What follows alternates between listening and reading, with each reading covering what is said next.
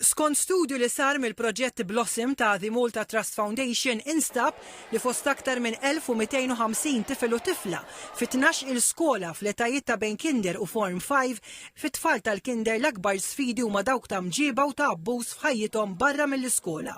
Bil-bniet għandhom sfidi akbar ta' abbuż lil mill-iskola mill-subin.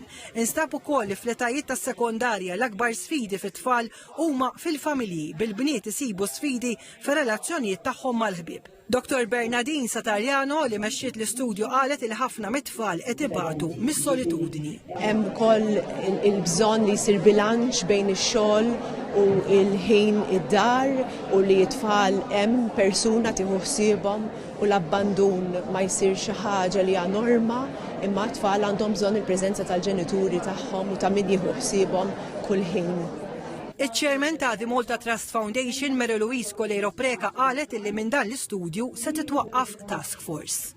Wara li smajna tfal, smajna il-counselors, ħanibnu dik li ngħidula advocacy paper, ħalli nkunu nistgħu il-proposti li qed joħorġu u mbagħad ngħadduhom lill-stakeholders relevanti bit-tama li flimkien nagħmlu l-azzjonijiet li hemm bżonn.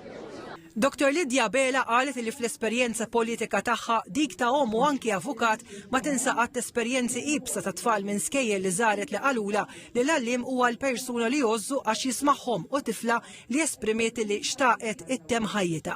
Qalet li qed taħdem għat-titjib tas-saħħa mentali fil-pajjiż u li huwa obbligu li jsir aktar investiment għat-titjib tas-saħħa mentali tat-tfal. Il-Ministru tas-Saħħa Joe Atienza Bela qal huwa konxju li waħda mill-akbar sfidi huwa riżors uman u qed issir b'kollaborazzjoni mal-Ministeru tal-Politika Soċjali u maqdiet mhux governattivi.